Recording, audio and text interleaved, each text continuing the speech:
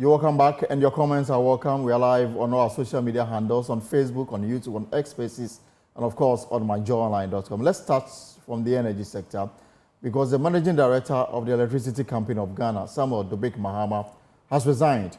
He's leaving the position after 2 years in office as managing director of the main electric power distributing company in Ghana.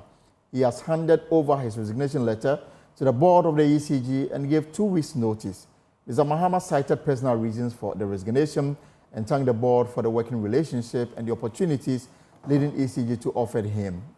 He is leaving at the time of erratic power supply in the last few days, blamed on ongoing maintenance across the country. Only yesterday, the minority spokesperson on energy, John Jinapo, claimed the power distributors are shedding more than 500 megawatts of power. He attributes the current development to dubious contracts and arrangements in the power sector. Because of such dubious contracts, as we speak today, there is load shedding ongoing.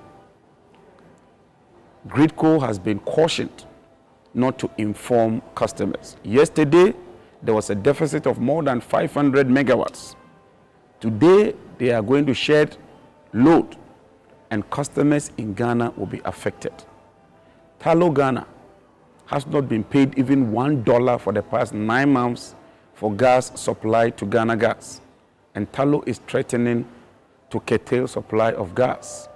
The IPPs have just dispatched a letter to the Minister of Finance intending to halt supply of power for debt and liabilities hovering around $1.2 billion. It is sad that the energy sector is collapsing. The PURC recently confirmed that ECG is on the verge of bankruptcy. ECG alone incurred a debt of 10 billion cedis in their latest financial statement. All is not well with the energy sector. It is obvious from what is happening that the Akufo-Addo government is just giving palliative care to the energy sector, intending to hand over a broken, dilapidated, aging energy sector to the Mahama administration. We are well aware that it will take a lot of work, a lot of effort, a lot of commitment to restore the energy sector back on the path of positive trajectory. But what we would not tolerate is for this government, which is on the verge of losing the elections, to rush into signing contracts through Ghana Gas. A similar one is being done at Tema Oil Refinery. And let me also caution Tema Oil Refinery and their staff, especially the senior management, that the opacity that is characterizing the award or sale of the Tema Oil Refinery will also not be countenanced.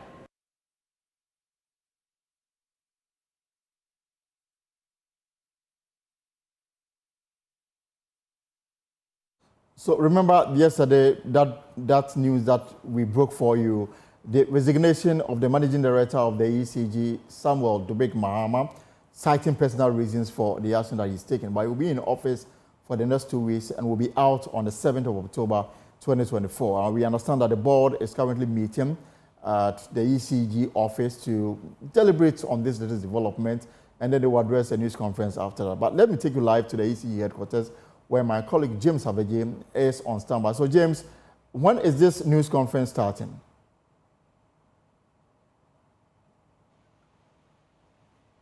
Hello, Elton. Yes, I asked, when is the news conference starting?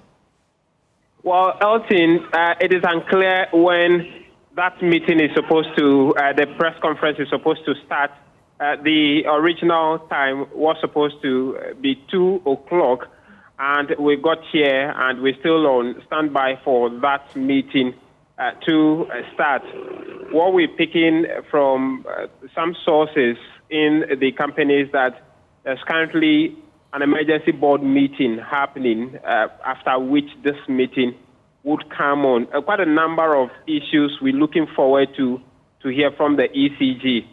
We know that they've just released that press statement jointly with the Gridco, talking about the fact that there's some challenges at Atwabo as well as the Ghana Gas Company, which they said engineers are working around the clock to fix.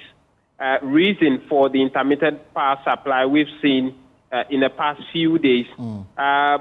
We're looking forward to know what exactly the challenge is, whether it is a financial challenge or it is just technical or engineering challenge. Some of those clarifications are what we are waiting for to hear from the Electricity Company of Ghana.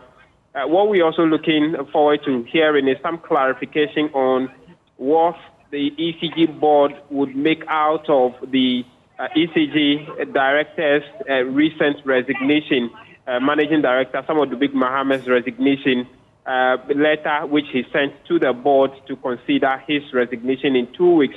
We're looking forward for some clarification on what the position of the board is on that. And so those are some few issues we're looking forward to hear the ECG addressing us on.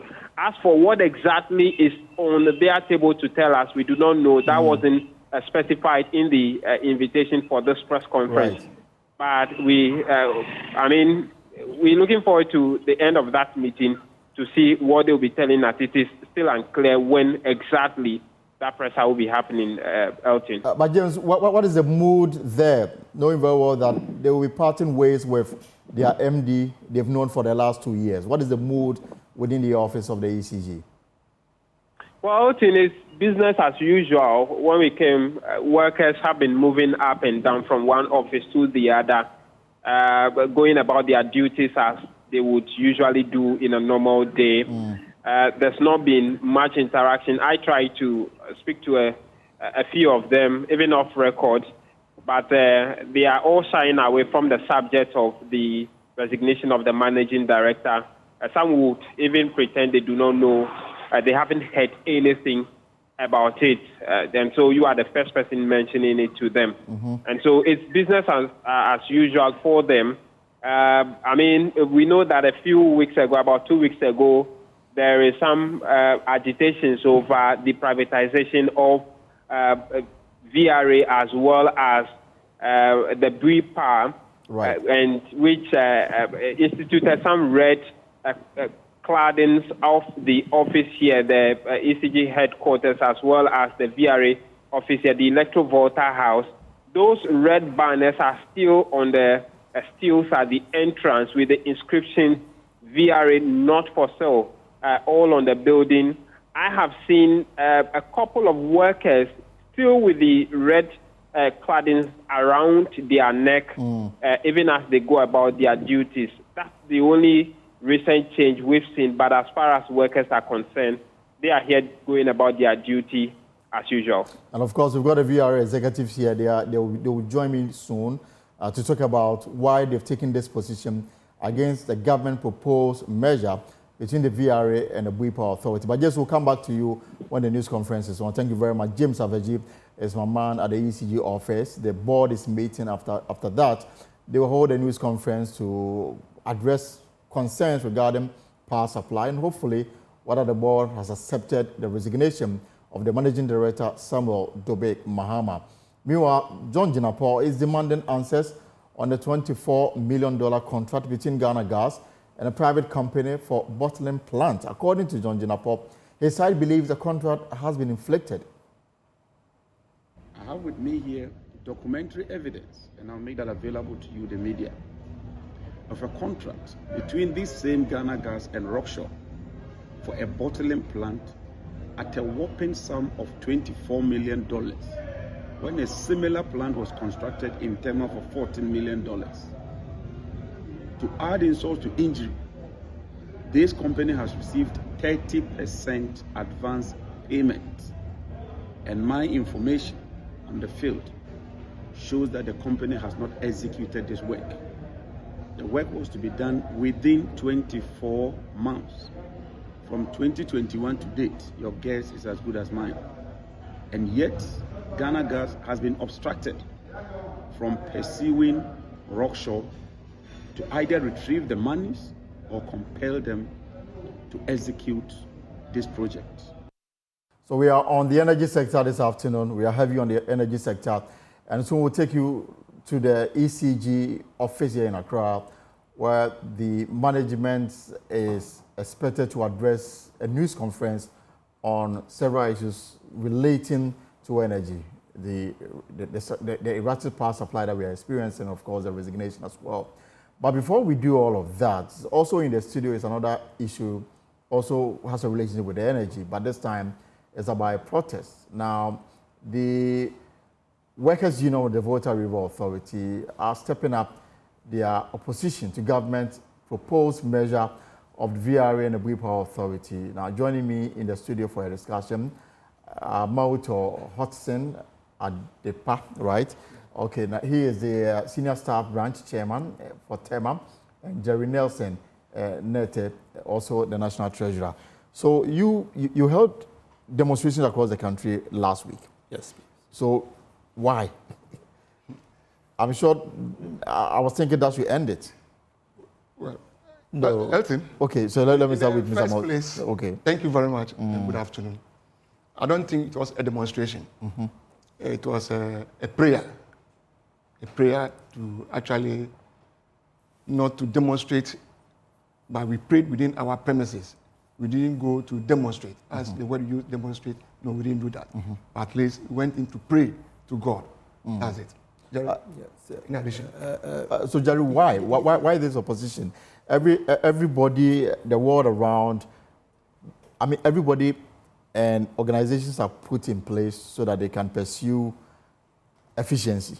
Sure. And I'm guessing probably this is probably the reason why government wants to embark on this. Was why are you against this measure?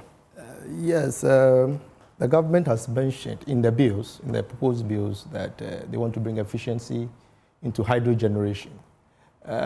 We are against this because it's not an issue. Efficiency as far as hydro generation is not an issue. VRA has been in this business for well over 60 years. And for all the statistics that are available, VRA has proven that we are efficient at this particular business. In documents that we have chanced upon, the main aim of these mergers is just to carve out our thermal generation assets and just sell them. So you always hear of mergers. Everybody would have said, why are these people against mergers? It's not mergers per se because they are taking away over 1,000 megawatts of our generation assets and then giving us Bui power, which is just about 400 megawatts. And this is even a peaking plant. When I say peaking plant, the water... usually work in the evening, in the evenings. Yes. Exactly. You do understand. So it's not actually the 400, that's the installed capacity. But sometimes you get about 100. Recently, they were even down to about 12 because of the amount of water that is behind the dam that they can use to generate. So it's not a measure per se, but we call it a dismemberment of VRA. That is why we are against this particular measure. Also, if these plants are sold to the private man, we know there are actors out there who are, ready to pick up these plants.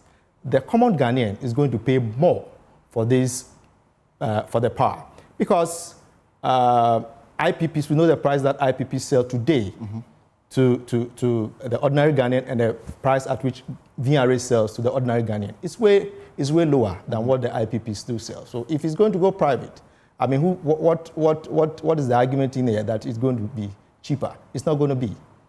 And that is why we are against these. So, Mr. Mauto, you are saying that government hasn't considered all of these and taken this decision. You guys are workers of the entity. Yeah. Government takes decision, and government is of the view that it will inure to the benefit of the country, and you have a position against it. Yes, please. In the first place, we also heard it even just on Joy News, on that evening around 5:30 p.m. We were surprised, we were shocked for hearing that the proposed bill was in Parliament without even our consultation, management not having an idea, nobody knowing nothing about it. We heard it on the news just like any ordinary Ghanaian. My understanding with Parliament practice is that usually when a bill is introduced and is referred to a committee, the committee not advertise for people to bring in inputs. So perhaps the issue of consultation, we were yet to get there. No, but still we thought, in the first place, we have a ministry. The ministry could have at least got us involved. Our management is there. We, the staff as well, we are also stakeholders.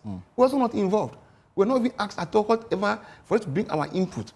You just came in with a bill. If it had gone through that day, it had been a different thing altogether. We would not have even probably considered us actually giving them our input for them to consider it. We are not fighting for ourselves, but for Ghanaians as a whole is our concern. Not we ourselves, but Ghanaians, you and I, the one on the street. As my brother just said, our tariffs are far lower than that of the IPPs.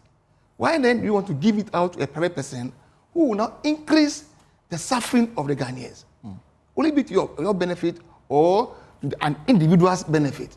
This is why we feel this bill is not proper for us. And is this your only concern, that if it is given to a private person, the price of power will go up? Is that your only concern? That shouldn't really be of major concern to you. Thank you. That's not our only concern.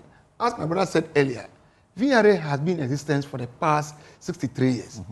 We started operating thermal as well for the past 27 years ago. What happened? We have been effective, efficient in all our operations. Nobody has complained about us. In the past, just about a month and a half ago, IPPDs threatened government they will shut down. If they are shut down, VRA would have still been operating. Do you want to add more megawatts to IPPDs for them to shut down, for the Ghanaian man to suffer? Is that what we are trying to do? Than having the state-owned VRA to operate. I don't think we have ever threatened or asked that we are going to shut down or put any plan down for Ghanaians to suffer. We have never done that. But the IPPD, because they are private, what happened? They do whatever they want to do. My VRA have stood and have stand on their feet for all these years without any challenge or any problem. But Jerry, why don't you wait for the process to take off, and then you can possibly understand the content of it? I don't know whether you have the full facts. That is my understanding. Probably you don't have all the full facts. We do have the facts. We've charged on a technical report that was written to government through the ministry when government took this decision to actually go this way. And what does it say? It's VRA is supposed to be a holding company with these companies as subsidiaries under VRA. The current measures that we see are wholly separate authorities which would operate, separately from the VRA. And there's Ghana Hydro Authority, we are told, will be the mother company. No, that is in the technical report. But what we are seeing in these bills is not it.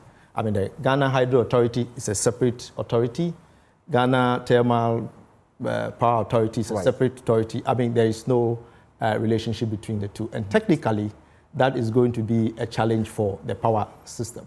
That is how come we are saying that, no, let us go back and then go back to at least the technical report. Let's look at because these are technical guys who have looked at the entire energy value chain. And they've said what exactly?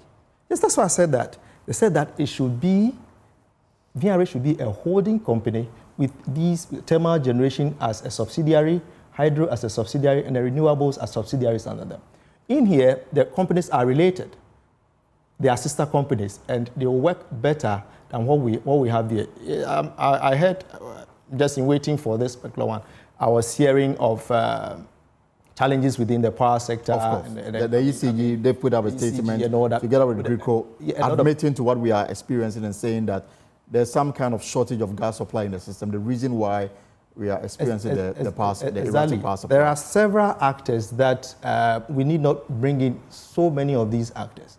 We believe that VRA was structured based on one of these other companies in the US, that's the Tennessee Valley Authority. And in there, it's a whole integrated chain. And it's working perfectly.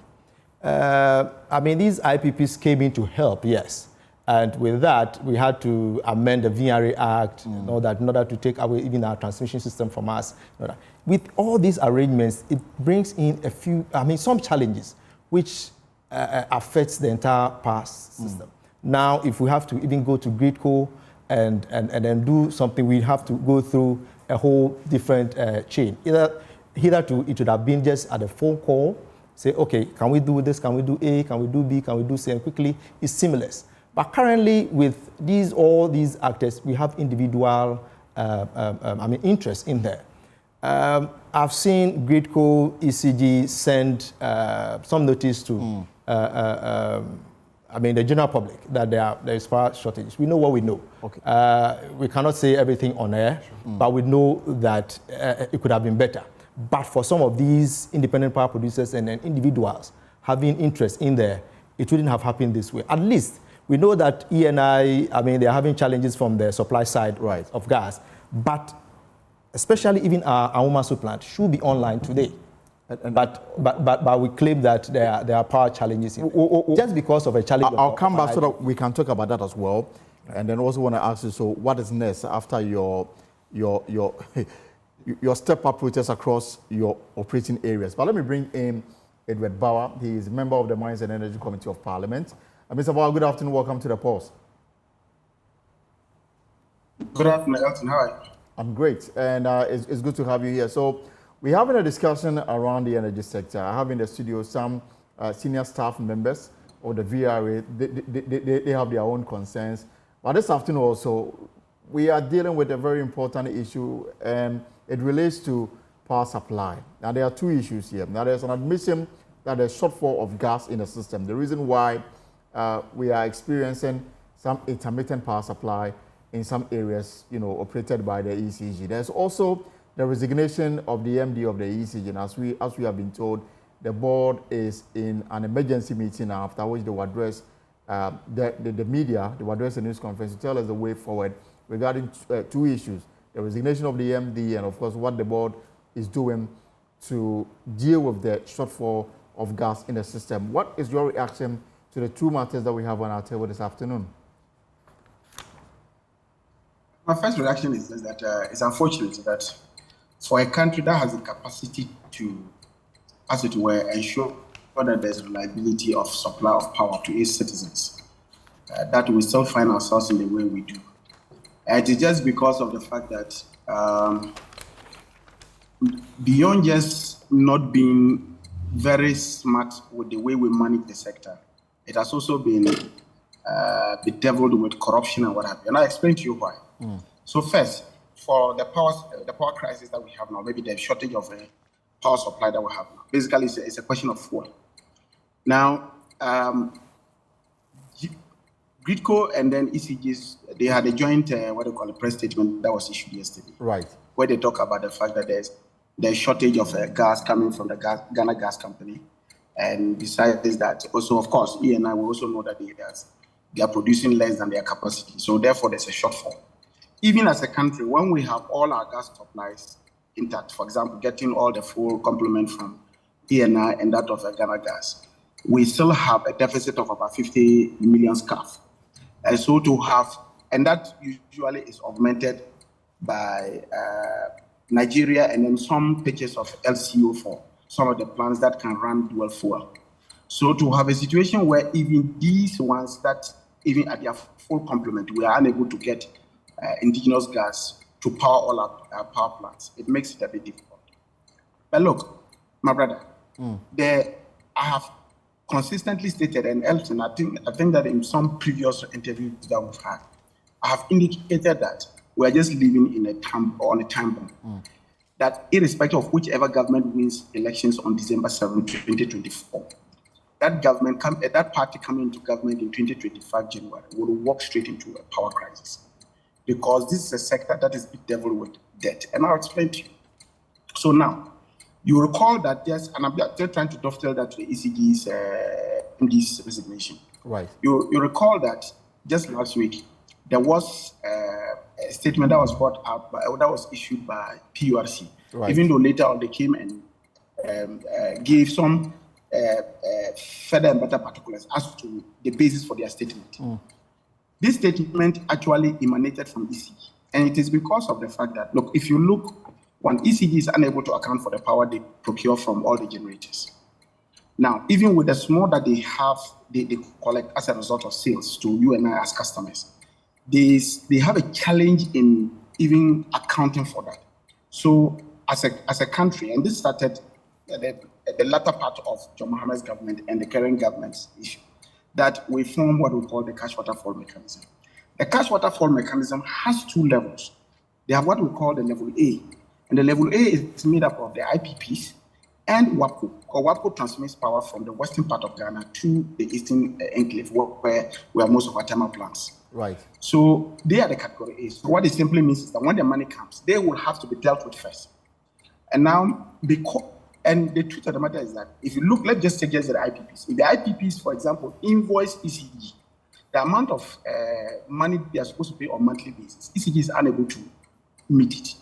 But there has been an arrangement as part of this, their debt restructuring program, that irrespective of how much we invoice you, guarantee us $47 million every month so that at least the players within the IPPs will be able to get theirs.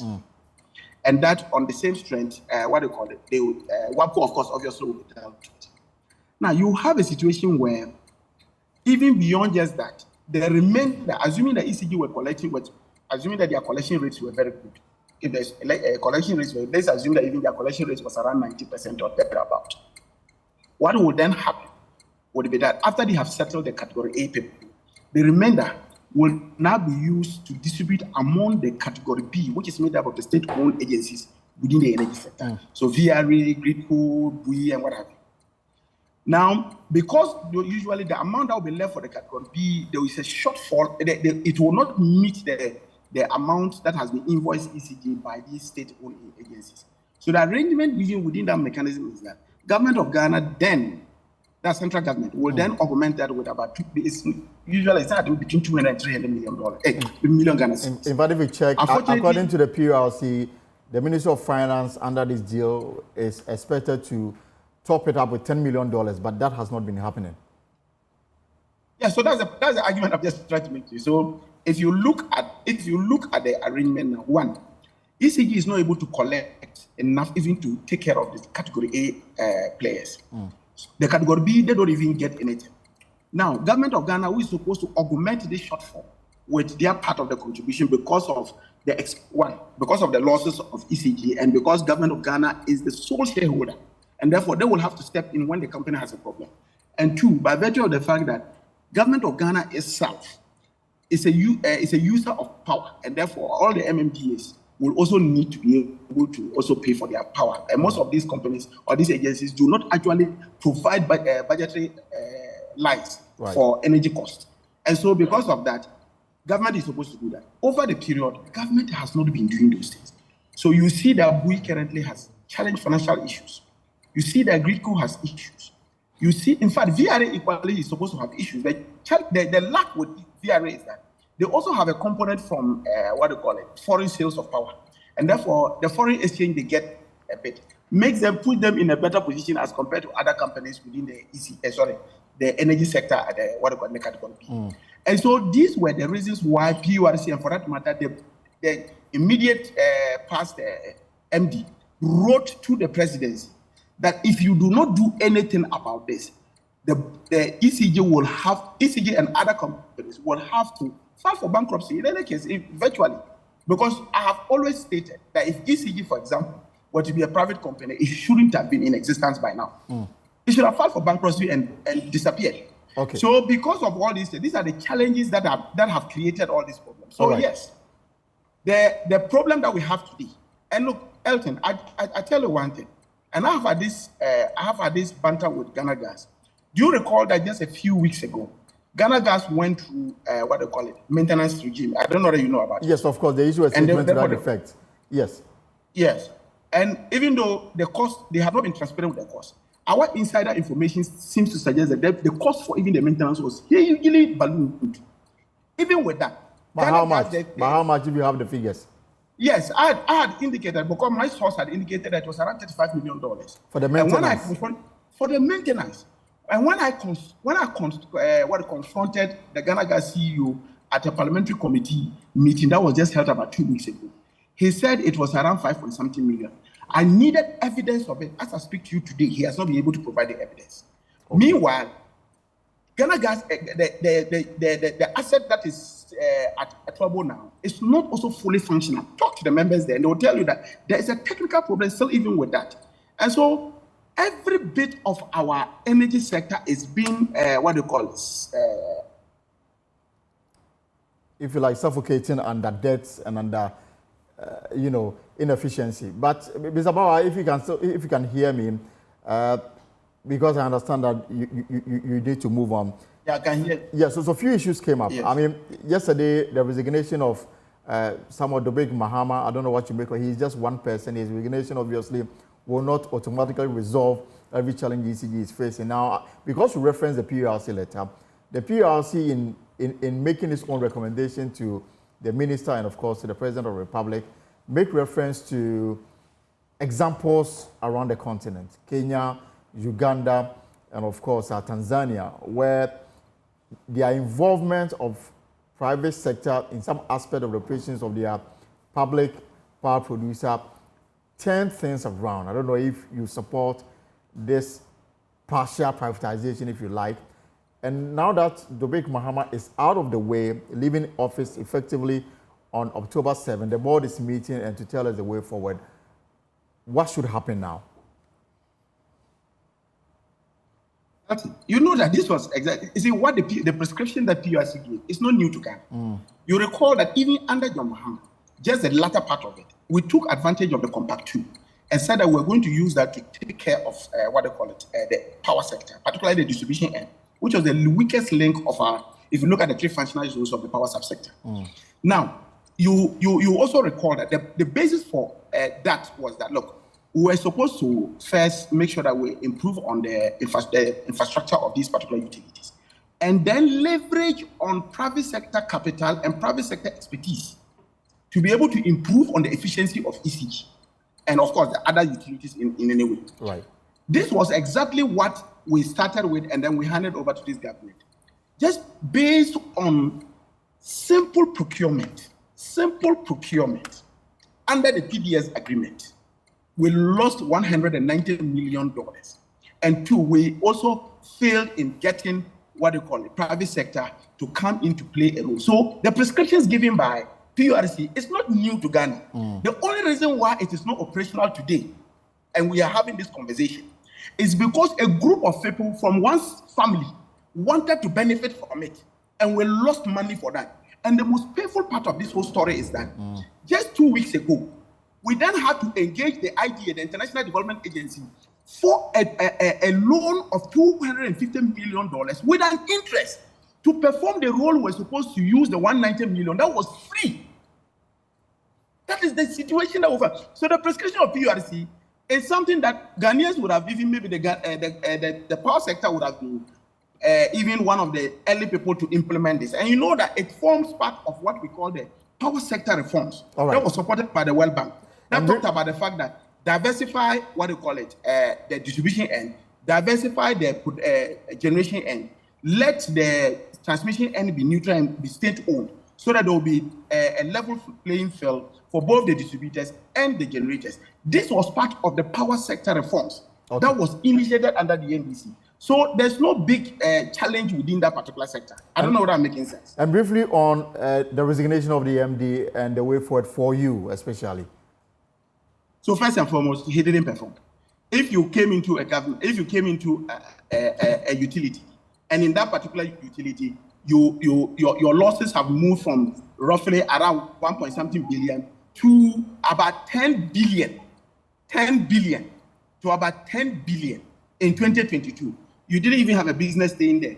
And I do not even think that... He says that he managed to reduce technical losses from 30% to 26.7%. That cannot be true. Who is validating this figure? Look, how on earth can he say, for example, that you have had a reduction in losses, when even after implementing the digital platform that he had and with the arrangement with Hoptel, your average collection rate is around 43%. When your benchmark that has been given to you by PRC is around 98%. So it tells you very clearly that it is not only Dubik who has to go. The board that is currently meeting, they have no business meeting. They should pack their things and leave the place. They have no business being there. They have failed the company. ECG is a milking cow, and people are simply loading and padding their pockets using the state entity. And so, look, my brother, this is your thing, Elton. You know me and you who have had this conversation many times. Of course. That place ECG is a crime scene that has to be dealt with and dealt with very clearly. Okay. Thank you very much. Edward Bauer is a member of the Mines and Energy Committee. Now, I will take you to the ECG office shortly because the news conference is about to start. But before we do that, let me bring you back to the studio. So, Jerry, for you, you will not compromise on your stance. You are simply against any proposals to merge VRA and Bui. Not just simply against any proposal. As I told you, I'll go back to my technical report. We are receptive of some changes because we believe that that's how companies are going to grow. I mean, we are 60-something years old, and we need to bring in some changes. But this drastic change is not the way to go, per the technical report that we have cited. That we are saying that VRA should be set up as a holding company with all these generation mixes being subsidiaries under one holding company. You know what? I think I heard Edward Bauer speak. That VRA is under the category B. Yeah. The major challenge in there. I wonder how this is affecting. It's mismanagement of the cash. The cash waterfall mechanism within that sector. Look, the money that is reserved for the IPPs in the category A or tier 1 group. We've seen letters or recited letters that is saying that this $45 million is going to be increased or should be increased to $59.5 million. Dollars. I mean, how that in today's even foreign exchange is around 960 million Ghana cedis. ECG does not collect in a month. In fact, the ECG is under this mechanism. It's supposed to collect 1 billion Ghana cedis. Yes. So if what you are saying is it should be the yardstick, then clearly the category A will take everything. There's nothing, and there will be nothing left for Gridco, VRA, and Bui. The reason why we are picking information, Bui, for example, Gridco, for example, find it difficult sometimes to even pay salaries on time. You wanted to chip in on that? Yeah, I want, not only on that. You know, as we are discussing and as Mr. Bauer just said about the ECG situation. No, VRA as well, we've forgotten about NETCO. NETCO is a subsidiary of VRA. Okay. And Mr. Moto, just 1 second, because I'm just been told that the board chair of ECG, Honorable Alexander Fenyomarkin, the majority leader, is addressing the media. Let's listen in. Okay, very well, that's short. It's not enough on some of the challenges.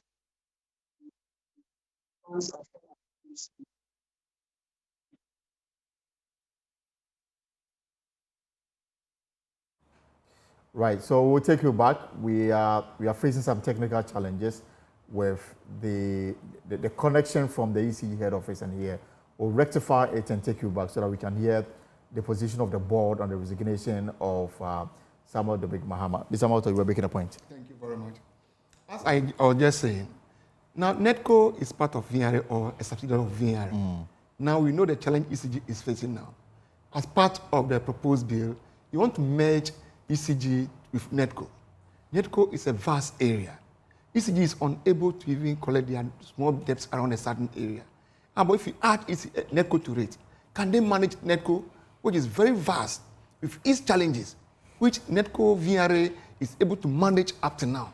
It means you want the worst to happen to ECG or to happen to the country. If you should merge NETCO with ECG, this is a very crucial issue which government must consider seriously as far as making NETCO and ECG. Is this in any way resulting in tension among you, the workforce?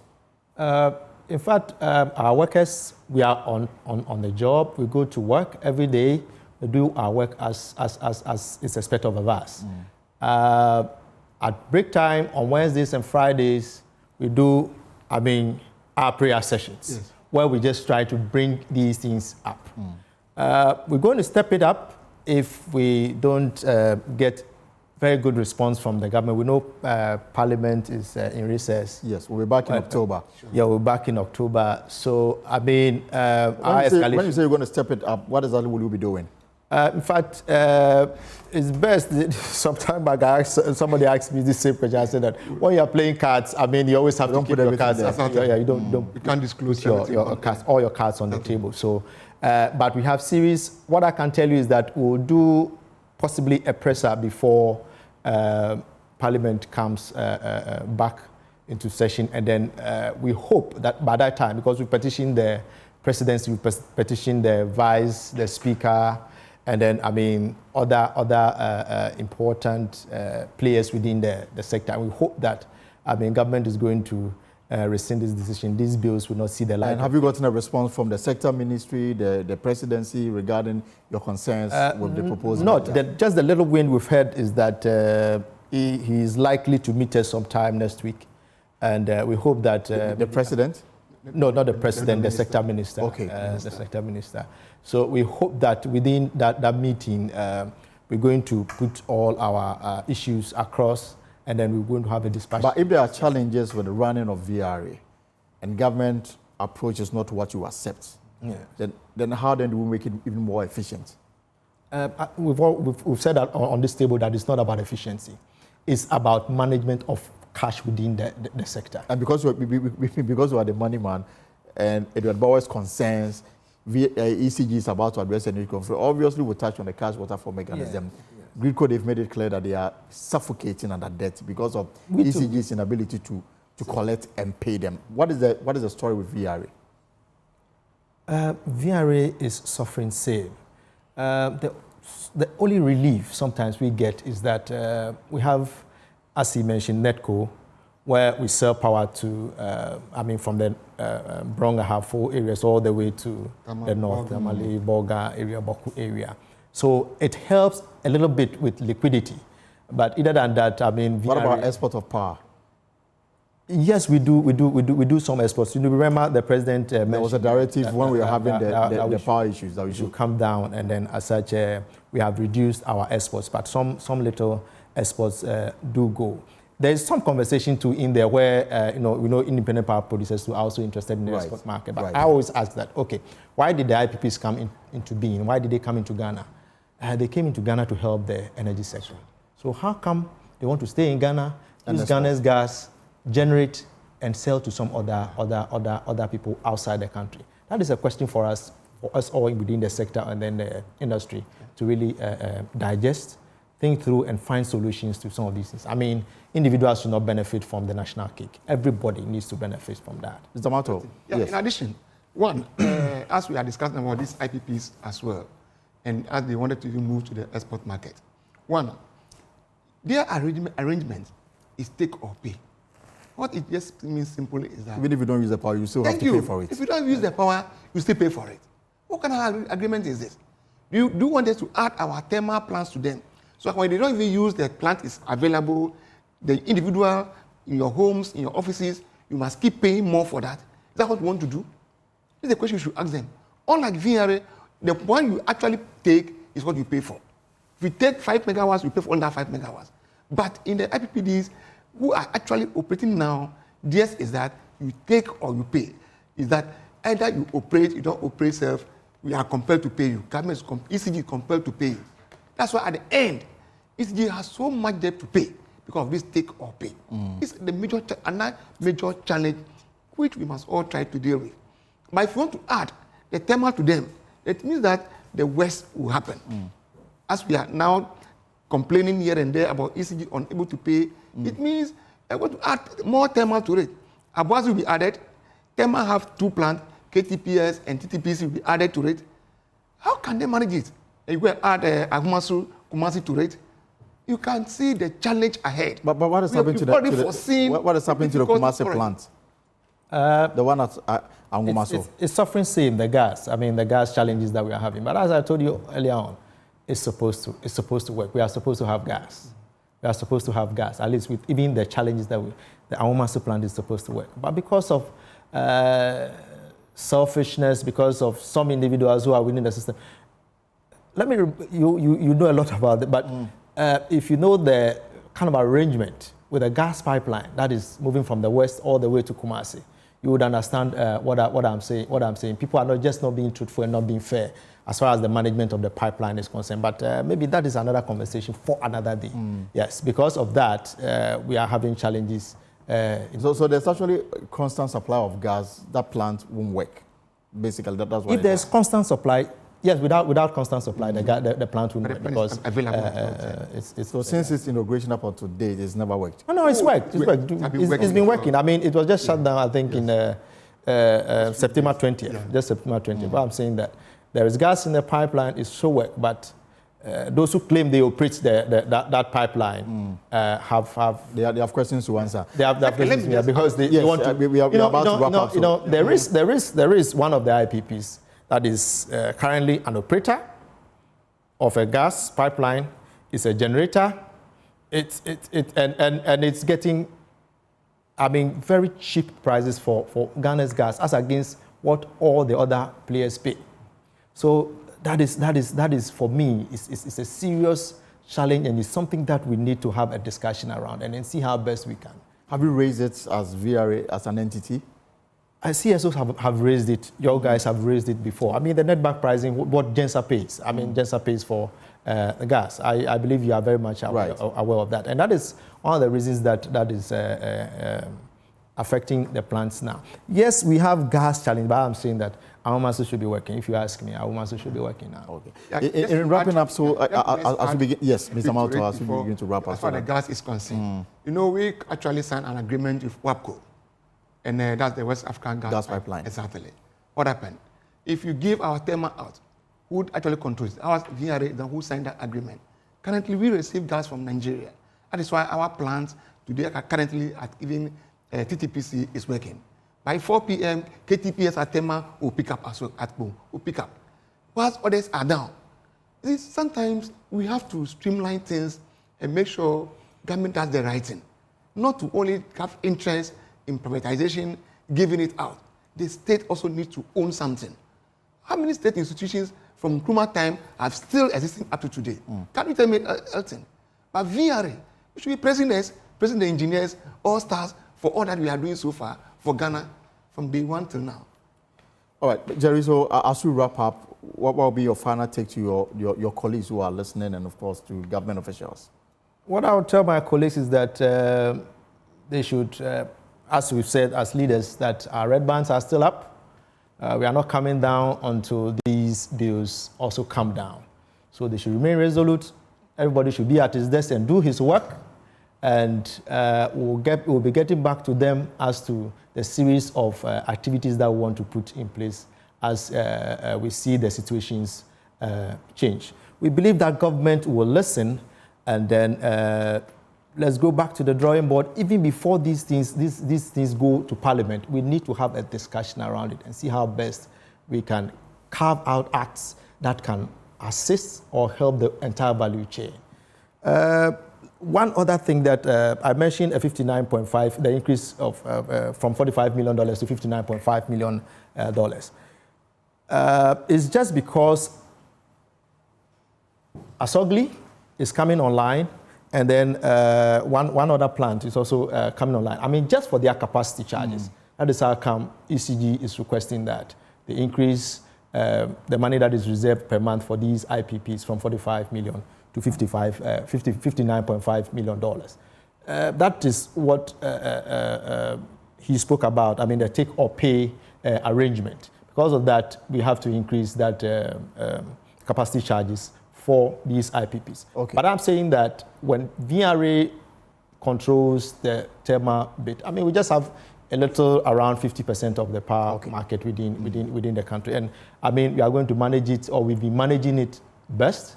And as such, VRA should not be dismembered. We are receptive of I mean, some restructuring, but let's have that discussion before we go in with all these bills. I mean, these bills will not inure to the benefit of the ordinary Ghanaian, and even Ghana for that matter. All right, thank you so much, Jerry and Mauto from the Voter Review Authority, and someone will say, Aluta continue until... Thank you very much. Until this matter is off the table. But we wish to thank all our members, all staffs, both unionized staff as well as the senior staff, even our own management too. We wish to thank even our retirees and all who are supporting us. We will not let them down, but we'll fight to the last end. Thank you so much for coming. But let me take you back to the office of the ECG. Let's get the latest on the news conference. James Savaji joins me on the line. So James, tell us what transpired. So we'll bring James back on as we bring finality to this discussion around the energy sector. We'll try and reach him on the phone to tell us that the board chairman was in the process of addressing a news conference. We had technical issues. We want to understand the way forward. There's an issue of gas supply that is not reliable, resulting in power supply that is also becoming an issue. There's a resignation. That letter was served on the board chair of the ECG, Alexander Fenyamaken, and he's been addressing the media. James Abreji is a man on the ground. We'll bring him on, and then we can wrap up on this conversation around the energy sector. All right, so we'll take a short break and return with more here on The Pulse. Welcome back to The Pulse here on Joy News. Now, our pressure is this afternoon mountain for a review of a 2-week remand decision of the Accra Circuit Court for the Democracy Hub demonstrators to be detained in prison cells. Now, first is the flag bearer of the NDC, John Dramani Mahama. In a statement, the former president says the decision of the High Court is high-handed and an abuse of the rights of the demonstrators. And we've got exactly what you put across for you. Now, the Center for Democratic Development, CDD Ghana, is also taking on the Ghana Police Service over what they say is unlawful tactics employed by the police in recent arrest and detention of some 40 citizens in the Stop the Galamsey Now demonstration over the weekend. And the CDD, they've got a statement. Also, is Amnesty International. They've also joined in demanding immediate review of the decision and compensation for those they claim were unlawfully arrested. The country director has also been speaking. Let me take you to the Accra Circuit Court, where some of the protesters went to court today, and they've been arraigned. My colleague Kenneth Jesse will join us shortly. Kenneth, if you can hear me, what is the situation now? Oliver Barker-Vormawor was in court. Tell us what happened in court this afternoon. All right, so let me bring in the Deputy Attorney General, Alfred Twanyeboah, who also has some concerns to share on this developing story. Mr. Twanyeboah, good afternoon. Welcome to The Pulse. Good afternoon, my brother. So the stakes, and if I talk about it, perhaps the Attorney General office has come under some criticism. First is the claim by Amnesty International and some other identifiable groups that you are holding in custody a pregnant woman. And those in custody are also being denied their rights to food, to medical care, and other things that should come naturally, even though they are behind bars. What is your response to this? Well, thank you very much, my brother. Now, with regards to the pregnant woman, I would say the alleged pregnant woman. I'm saying alleged because we are yet to be furnished with evidence that indeed there's a pregnant woman among the accused persons. But let's put it record straight. Now, some people were arrested, suspects. We decided to charge them and then put them before court yesterday and today. Yesterday, when the cases were called, but 2 days ago, in the matter that we are alleging that there's a pregnant woman, before the court, counsel for that accused person never made it known to the court that one of his clients was a pregnant woman. But we're taking the step to verify from the police whether indeed in the statement that accused person volunteered, she indicated that she was pregnant. The answer is no. There's no such person in custody? It is the duty of counsel for a pregnant accused person to make it known to the court. And the court, in deciding whether to remand or grant bail, may take into consideration that factor. I'm saying may because it's not mandatory. However, when it comes to sentencing, after an accused person has been convicted and is about to be sentenced, if that person is a woman, then by law, the judge is enjoined to inquire into whether that accused person is pregnant or not. In this particular case, the issue of pregnancy came about only after that accused person had been remanded into custody. And so, if that information don't come to the attention of the court, we must rather blame the accused person or her lawyer, because as counsel, that is our duty to bring to the court all these pieces of information. So is it your understanding that, so the pregnancy is yet to be verified, or there's no truth to that matter? We are verifying. We are verifying. If indeed there's a pregnant woman, maybe we have to look at it once again, but we need to verify. As I said, if that information has come to the attention of the court has taken that one into consideration. And Honorable, the former President John Mahama, the running mates, Amnesty International, CDD, all of them appears to be singing with one tune, saying that, I mean, the way the suspects are being treated is just like, you know, killing, you know, an ant with a sledgehammer. I don't know what the AG's position is on this matter. This is my simple response.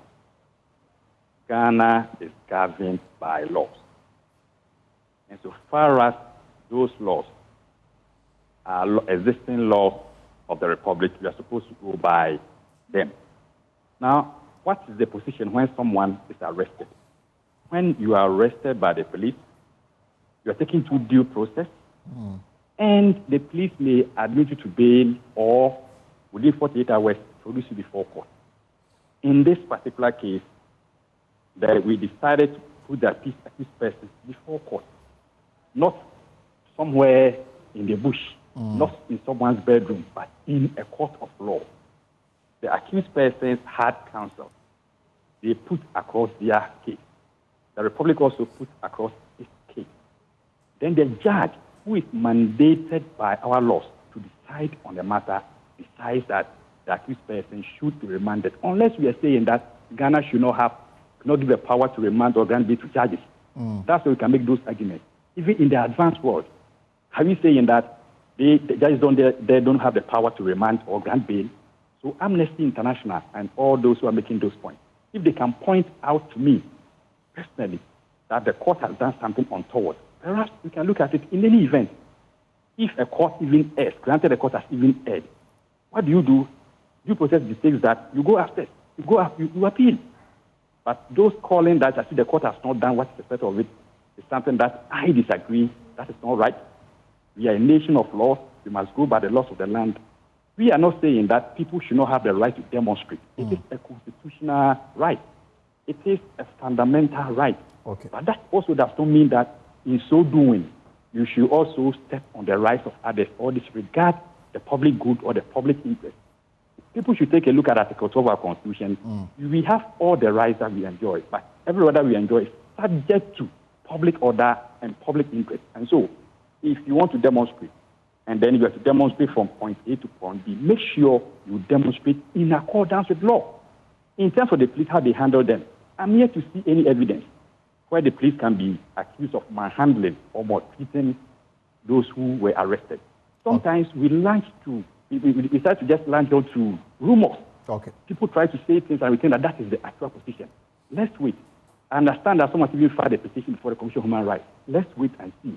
I don't really realize that maybe that is not a petition. As I speak, there is no evidence that the police acted outside their remit. All right. Thank you so much, Deputy Attorney General Afetuan Yeboah. I can now take you to the court now, where proceedings has ended, and my colleague Kenneth Jesse is interacting with some of them. Any CID here, they will tell you that when bail is granted, the surety just don't show up in court and start signing the bail form. No, they would go to the house of the sureties to check.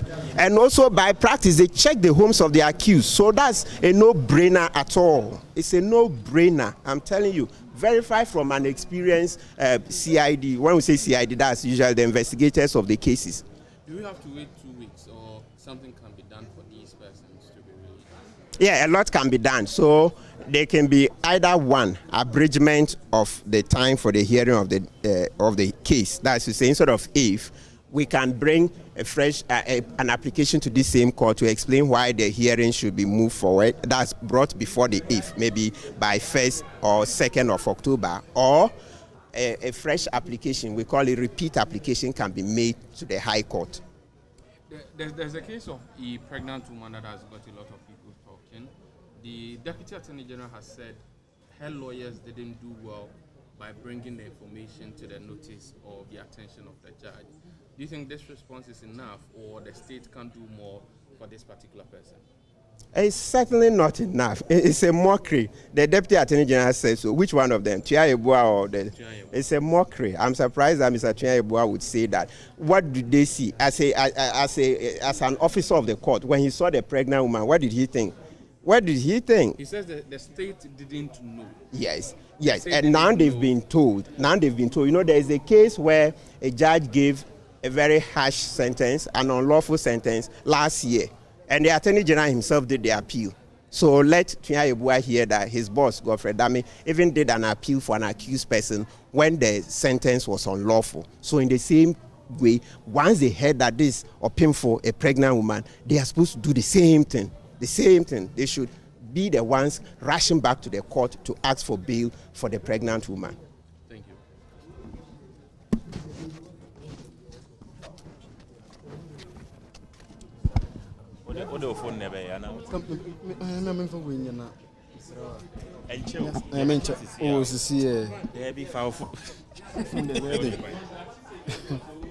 The attention of Kenneth Jesse to tell us how it all went down in court today. But from what we are picking, Barker-Vormawor and others who appeared before the court, they've been remanded into police custody for 2 weeks. So the case will be heard again early October. And as we heard, the lawyer Martin Prebu said they might apply for an expedited hearing. We'll wait to see how that would unfold, and we'll see if we can take you back to the court for the wrap of what transpired in the courtroom today with my colleague Kenneth Jesse. This is a pause here on Joy News. Again, we'll take a short break and return. Well, let's talk about illegal mining, because the Pharmaceutical Society of Ghana is worried that illegal mining activities could have devastating consequences on the manufacturing of drugs in the country. President of the society, Samuel Donko, says the contamination of water sources through Galamsey could lead to the importation of water to support production of pharmaceuticals. He says the production of essential pharmaceutical products depends on access to good quality water. Nana Boachi Yadom has more in this report. The Pharmaceutical Society of Ghana has expressed deep concern over the increasing threat posed by illegal mining activities to the country's water resources. Speaking at its annual general meeting, the president of the society, Samuel Donko, lamented the contamination of water sources by illegal miners, noting it could lead to the importation of water for local manufacturing purposes. It is undoubtedly one of the greatest threats to public health we have ever confronted.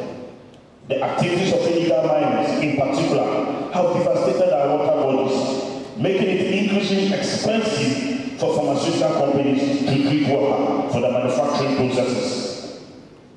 Ghana currently enjoys self-sufficiency in local production of infusions, but illegal mining threatens this achievement. I'm proud to say that all the local manufacturers put together in this country can produce all the intravenous infusions we need in Ghana, and they need water to do that. They need good quality water to be able to produce these infusions.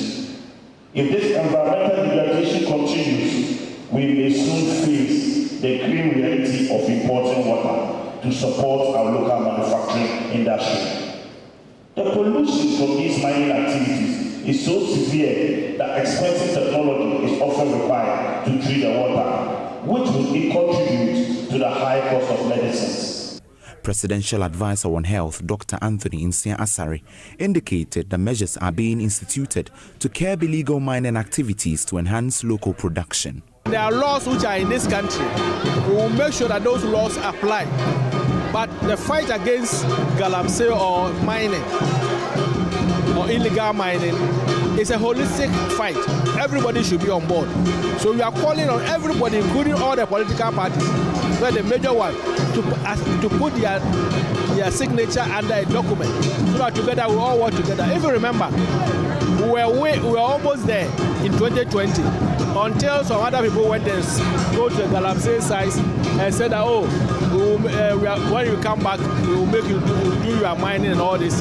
This is not the way to go. Chiefs, the clergy, the individuals, the citizens themselves, the government, all political organizations, CSOs, all come on board and we fight the illegal mining. Meanwhile, the Pharmaceutical Society has expressed deep concern over the shortage of pharmacists in the public sector due to government's freeze on recruitment. First, the shortage of pharmacists within the public sector is a critical concern. The large recruitment of pharmacists by the government took place in 2020, when only 300 pharmacists were employed among 51,000 healthcare professionals, which represents less than 1% of all healthcare professionals recruited in 2020. This is an affront to the universally acclaimed concept of multidisciplinary approach to healthcare. Kumaumahini Berima Safo Chwenebo Akudua, who represented the Asante-Hini and treated the government to meet the financial needs of pharmacists. It is not only unfair, but counterproductive to withhold or delay their rightful earnings. Zero. I strongly urge the government to prioritize and expedite the immediate payment of these pharmacist house officers. Their services have been rendered.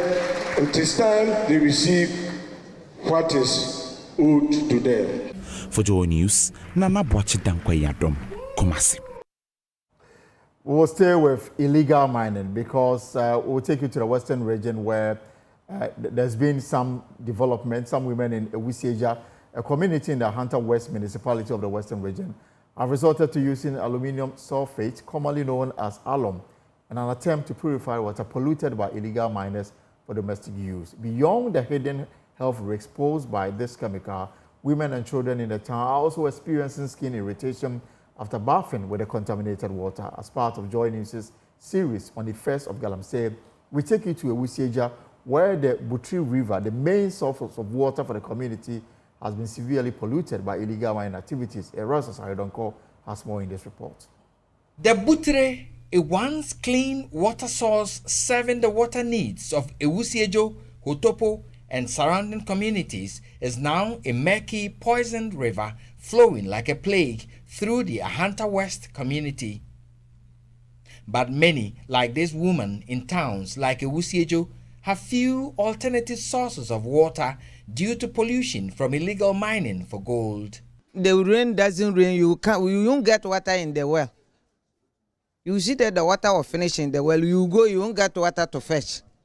You won't get water to fetch. That is why you go. You go for it. Because you don't get water inside the well. What do? You want to wash too.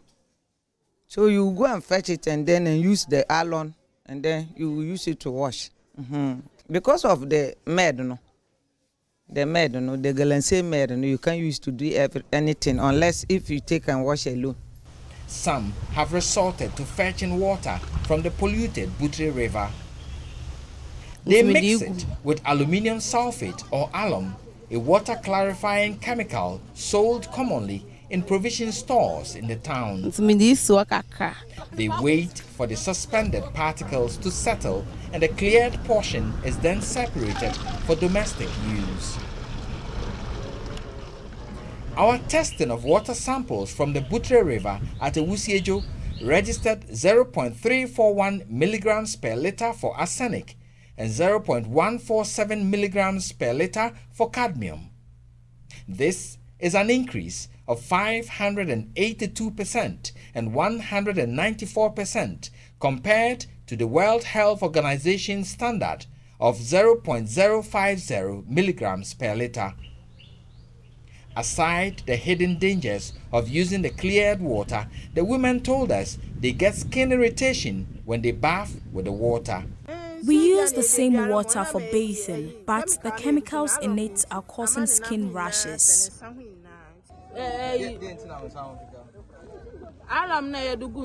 The alum makes my hand itch whenever I put them in the water.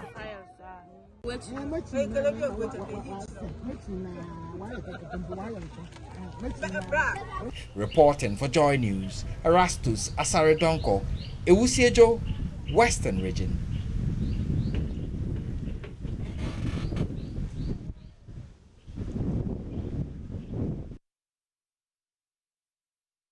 All right, so let's focus now on a matter that dominated discussions this morning. It's still a very big issue across the country when the Mortuary Workers Union embarked on that strike this morning. Now we are getting a development on it. Let me bring in Richard Kofi Jordan, General Secretary of the Mortuary Workers Association. Mr. Jordan, good afternoon and welcome. So what decision have you taken? Well, as we speak, at exactly 3 p.m., leadership of the Mortuary Workers Association had a constituent meeting, and we agreed that we are going to keep the strike in abeyance.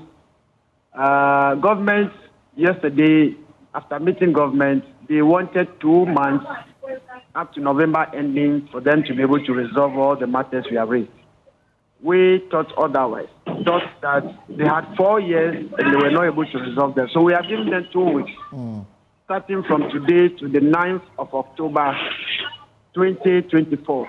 If they are not able to resolve this matter, then on 10th of October 2024, we start the strike again.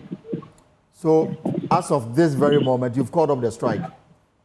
We are keeping it in abeyance, not entirely called off. Meaning you are back to work? Yes, we are back to work, and we have directed all our members to do same. And the strike is on hold at least for the next 2 weeks if you don't hear anything positive from government? It is on hold for the next 2 weeks, or up to on the 9th of October. If by that 9th of October, we even have one person who has not been sorted out, we'll trigger the strike again. So therefore, I mean, the understanding is that you are now undertaking your services 100%. Hello? No, I'm saying that the understanding everybody should get is that at least from now to the next 2 weeks, where you review the action that you took this morning, everything is back to normal, at least for the next 2 weeks. Yeah, everything is back to normal. All families or those who have lost their loved ones can go and take their bodies from the morgue. And those who have deliberately died these days can also be preserved for next whatever. Somebody decided to die? Yeah, people decide to die. Haven't you seen somebody taking petrol or somebody taking poison before? So it's a decision to die. So the commitment that you got from the Fair Wages Commission? The commitment from Fair Wages and other parties in government was not anything that triggered us to keep the strike on hold. Because they are asking for 2 months, which is up to November. And November ending, you know what is going to happen in this country. You are not even going to get anybody in the office to even endorse anything. Because November ending, the next week we're going to start voting. So we think that commitment was in bad taste. Our decision is that we want to allow them 2 weeks to be able to, so we declare our strike. Of course, they don't dictate to us what to do. We are telling them that we have 2 weeks, we are giving them 2 weeks to resolve them.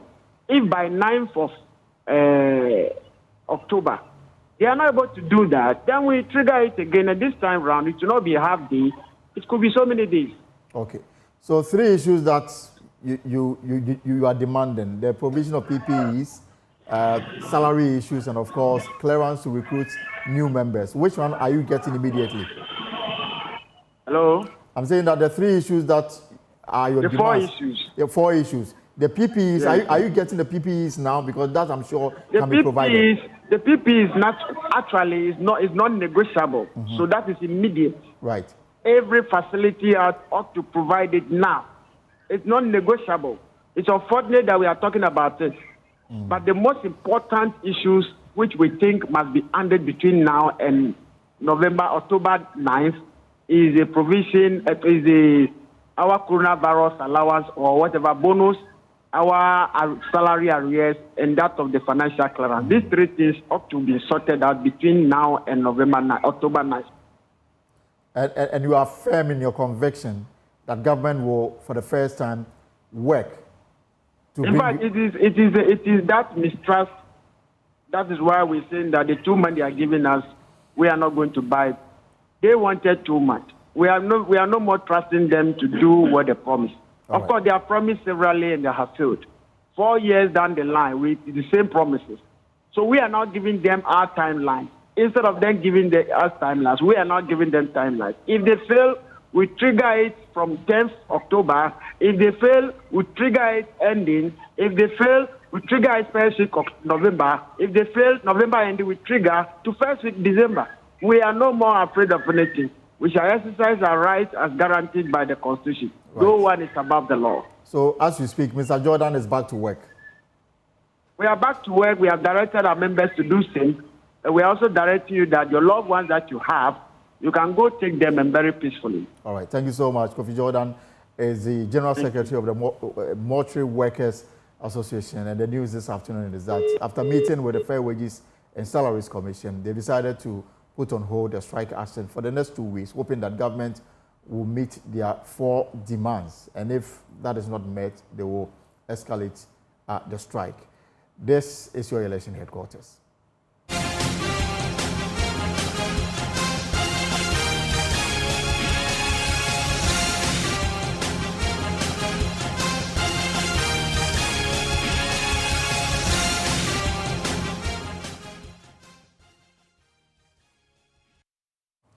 Well, the governing New Patriotic Party says it hopes to reclaim the Fomena parliamentary seat and boost its votes in the upcoming December 7th election, with a decision to retain second Deputy Speaker of Parliament, Andrew Amoako-Esiama, as a parliamentary candidate. Now, during a unity rally at Dompoase in the Fomena constituency, MPP Vice Presidential candidate Dr.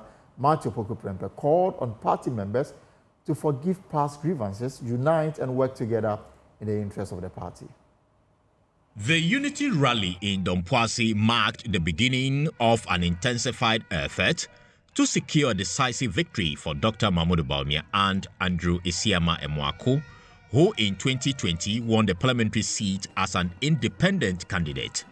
Dr. Matthew Opoku Prempeh emphasized that the MPP's anticipated win in the Fomena constituency depends on peace and unity, urging members to join forces and campaign vigorously for the party. And the party chairman that chairman for and Chakra, Dr. Mahmoud Bawumia, Obeba Fomena. A bear so Obeba Fomena, not Philip. A bubble sacred if you don't know, baby. Not Philip. A bubble, sir, a tap.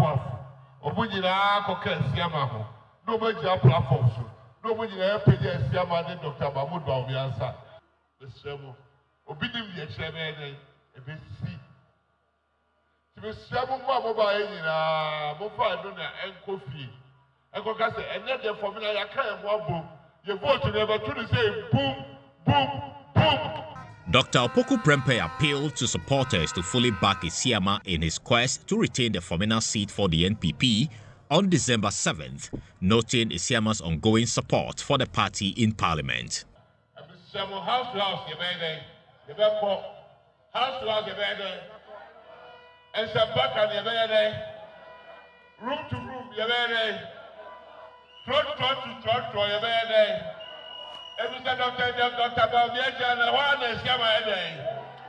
On his part, Andrew Amoako-Esiama reaffirmed his commitment to lead the NPP to a resounding victory in Fomena.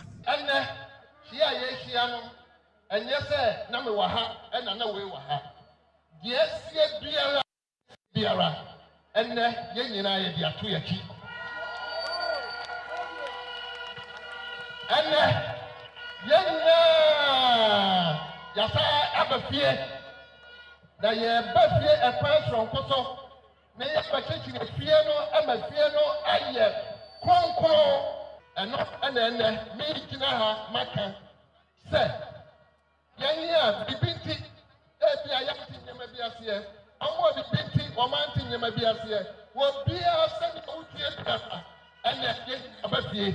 Dr. Matthew Opoku Prempeh also cautioned voters in the Ashanti region about the risk of voting for the National Democratic Congress, the NDC.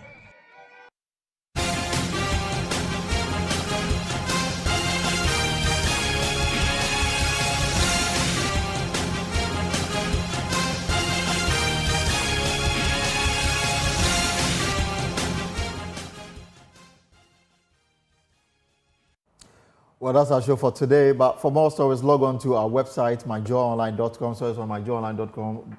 Barker-Vormawor, 11 other protesters remanded into police custody for 2 weeks. Now, the existing processes for cleaning voters register not fully utilized to justify forensic audit. That's from the Electoral Commission to the NDC. And of course, we are too obsessed with corruption fight. Let's focus on real development. That's the GCPP's than Latte Jr. I've got some other beautiful stories on myjoyonline.com. Well, that's it for today. Right, that's it for today. It's always exciting having you on the pulse. Whatever you are up to in the hours ahead, I hope is profitable. My name is Elton Bobe. More stories on Joy 99.7 FM, Top Story News Night, and of course, Joy News Prime. Until then, keep the faith alive. Take care. The way people are, and God is also raising a lot of